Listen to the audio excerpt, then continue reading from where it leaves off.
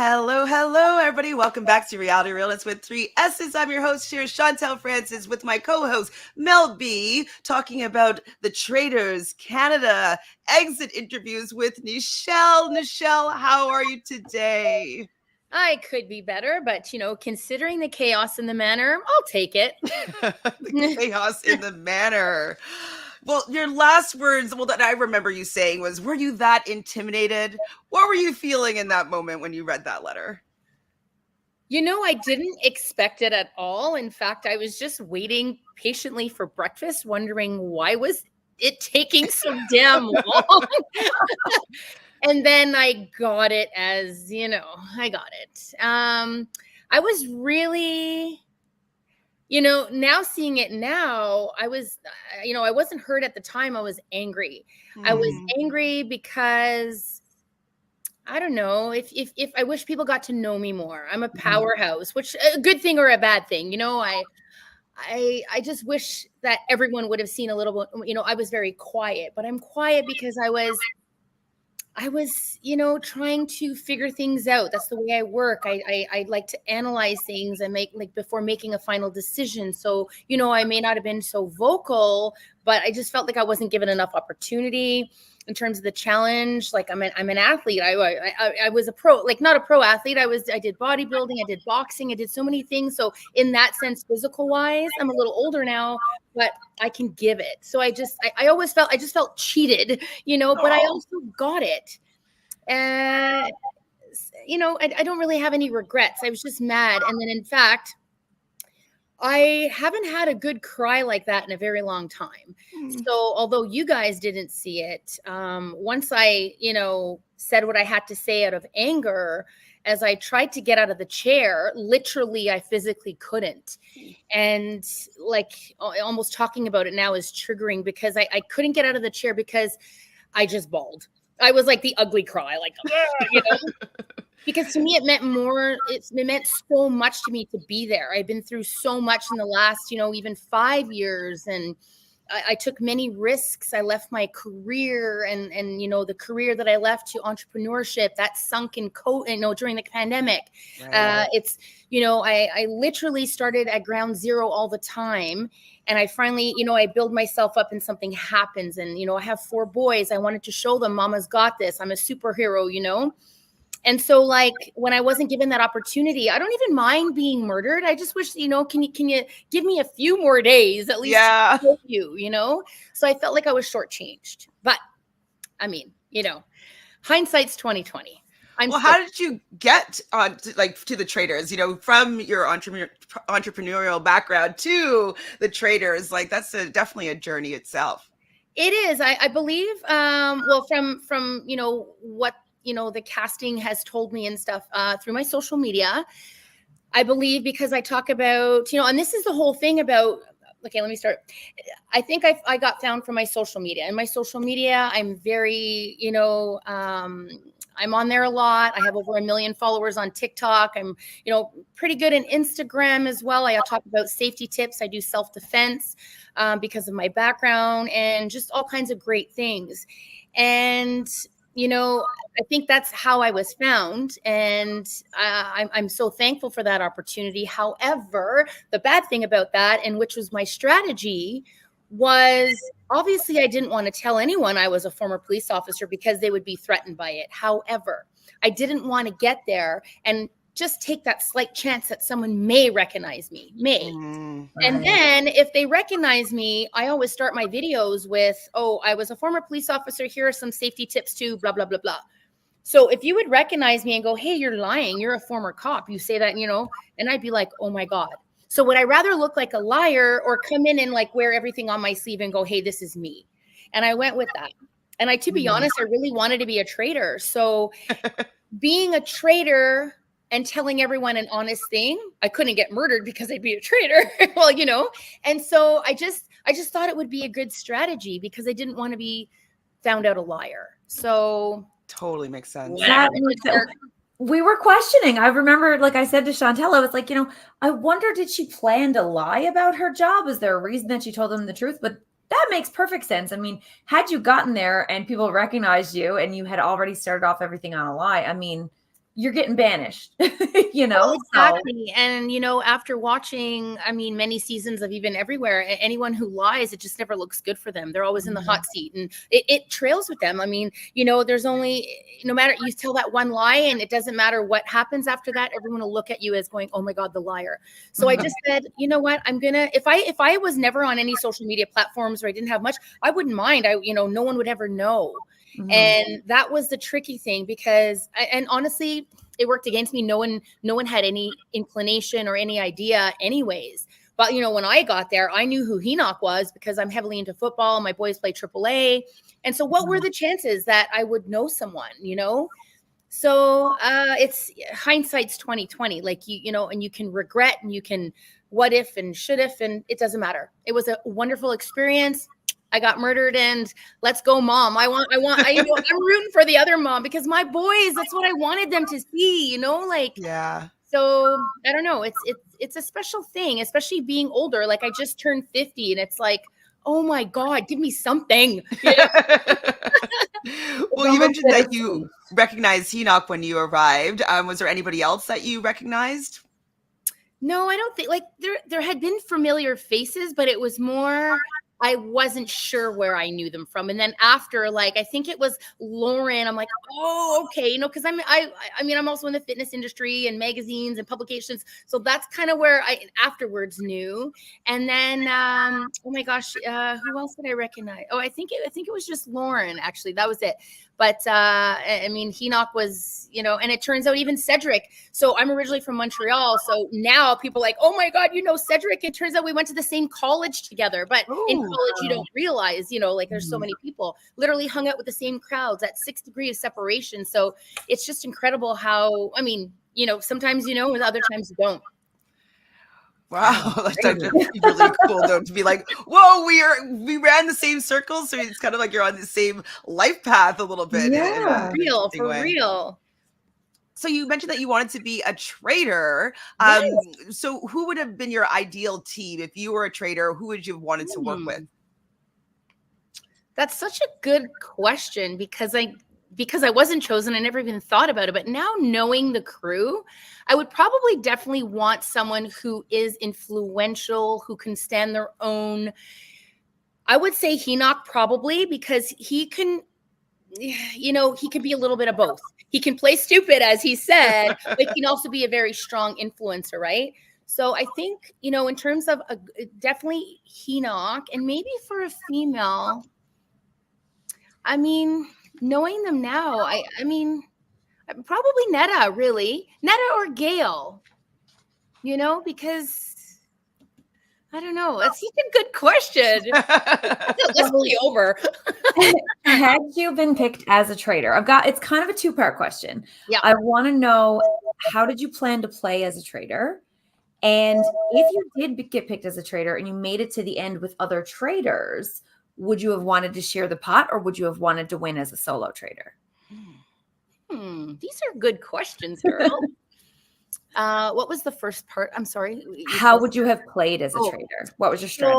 Well, thinking I was going to be one, because that was just in my head. I just wanted to be one. I was literally going with, I'm going to, let everyone know I was a former officer. So, like, let's get the traitors. I'm going to help you because of my skill level and my, years of training per se. So I would obviously, think of myself as a faithful, but the whole while trying to, hunt for the traitors. And, I would probably have to throw, one or two of them under the bus, so to speak, to get there. And I was ready for it, because I'm the type of person, like, yes, you look at me and like, oh, nice Nichelle, but I have a real, when I have to be, I'm a mom of 4 boys. I got to be like that. I was a police officer. I have to be, in outside, this is me.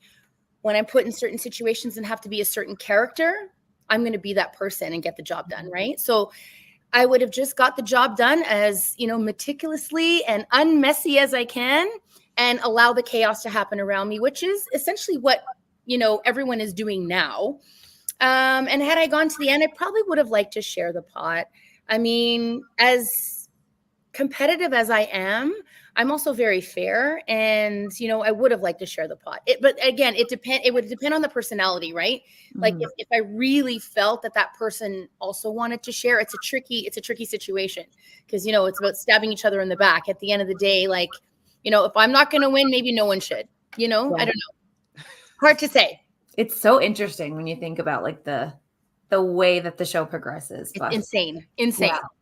Yeah. Now, sometimes people have a little inkling or a little gut feeling or a little premonition that it's their time to go. Did you have any of those senses before your murder? No, so much for my intuition. I had no idea. In fact, I was writing in a journal, because literally that's all you have there. There's no time. There's no what. There's nothing. And I'm writing in a journal. And at one point I said, gee, like I'm writing. I said, geez, it's taking a long time for them to come get me for breakfast. And then I'm writing my boys. And I said, oh, maybe mom's been, maybe I'll get murdered or something, boys. I don't get it. And then it happened. And I'm like, oh, but only that inclination, only because it was taking so long for them to come get me for breakfast, But before that, I didn't know. I thought I was playing a relatively good, safe game. I wasn't loud enough. I wasn't, opinionated enough, maybe. But I don't like to throw things out that I'm not sure of. I'm very like I'm very police wise that way. Gather all my information first, gather all the evidence, look at the crime scene, and then you know what I mean? And then address everything accordingly. And hindsight, I probably should have been a little bit more mouthy or loud, or, maybe connected with a few more people than I should have. I'm like an extrovert introvert, if you would. Like, I'm very positive and friendly and out there. But when you put me in a situation where there's lots of people, I tend to go to small groups just to kind of get comfortable. And then once I'm comfortable, reach out a little bit more. And that's what I was doing, which is kind of why I was stuck to I had a good group. I had Michael, and then Michael John, Trana, Melinda, and Cedric. So those, I would say, were kind of like my little nucleus at the beginning. And then I'll start to branch out a little bit, but I didn't get enough time to do that. But was there anything about the game that surprised you? Like, based on what your expectations were about playing the game and being on the show, was there anything that caught you off guard when you got there, or that you thought might be different?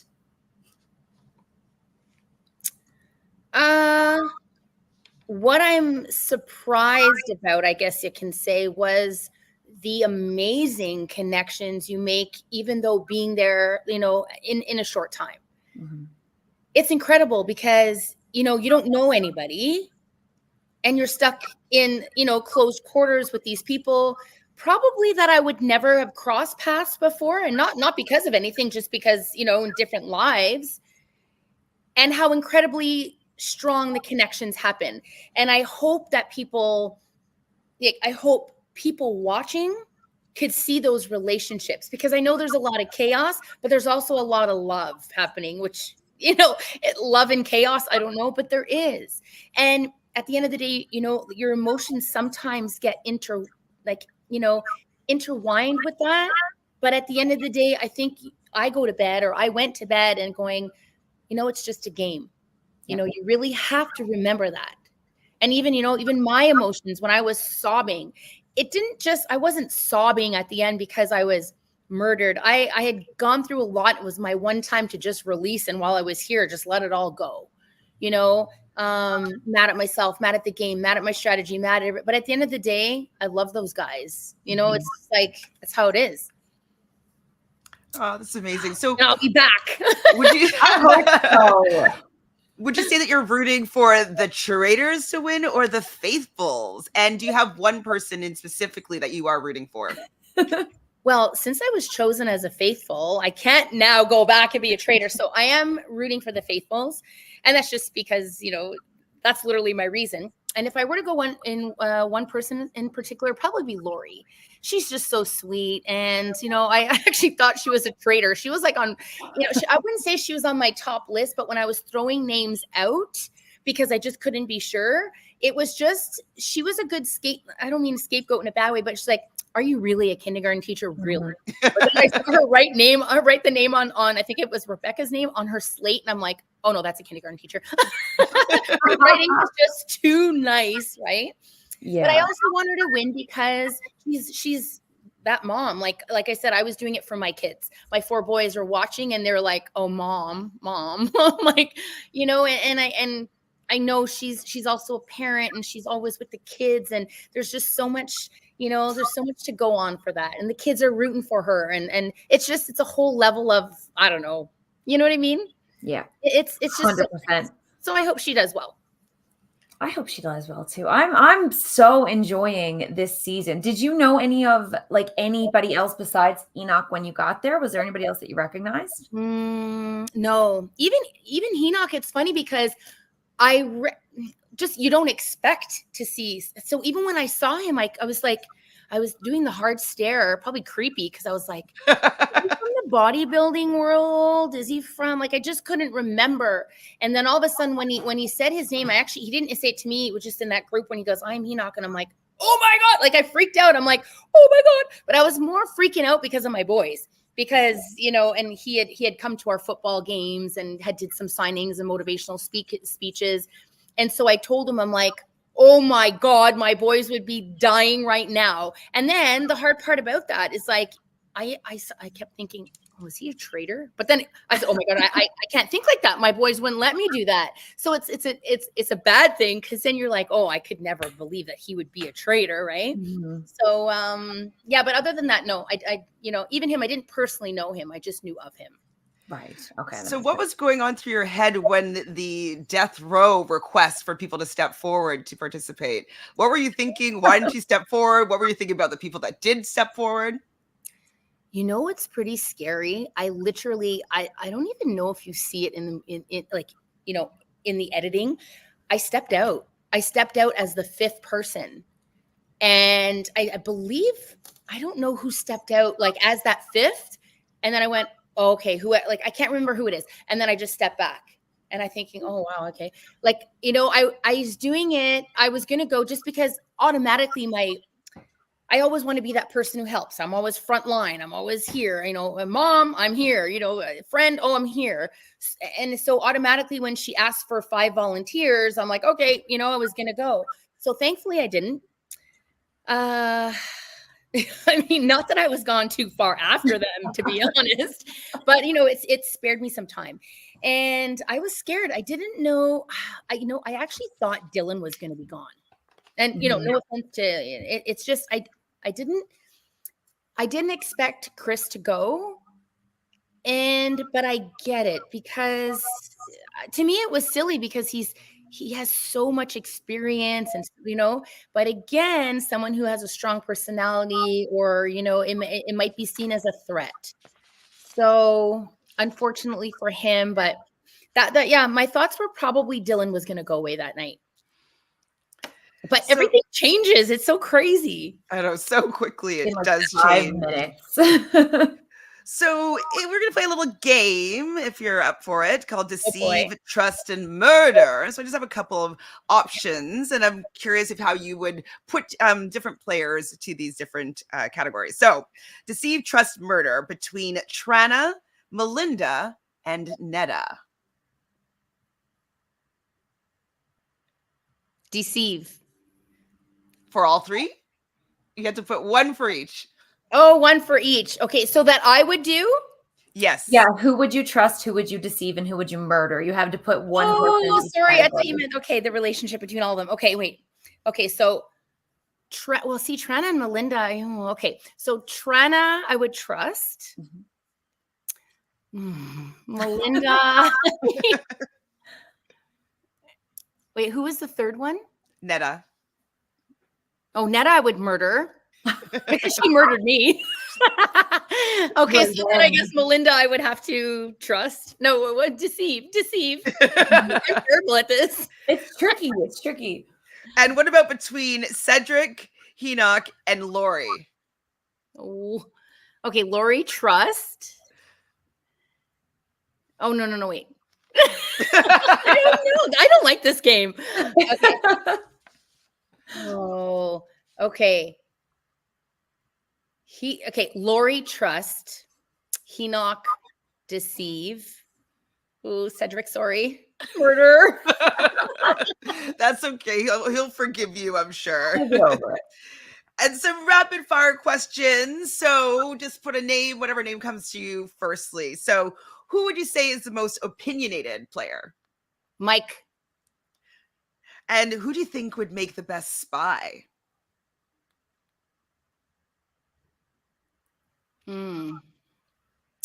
Spy. That's a good one. I don't know. I'm trying to think. The best spy. Maybe Nick. Oh. Mm-hmm. And who would you say was the most trustworthy player was in hindsight? Lori. And who is the funniest? No, it's between Cedric and Melinda. Maybe Melinda. They're both pretty funny. I Brad is also really funny too. And who, not necessarily the traitors in this game, but who would you think would be the worst traitor ever? Oh my God. Probably, well, I was going to say probably Mike, like, Mike, not Michael John, just because I just feel that poor guy, like he wears his heart on his sleeve and his emotions get ahead of him, like, in the moment, but he's so, yeah, I would, yeah, I think Mike.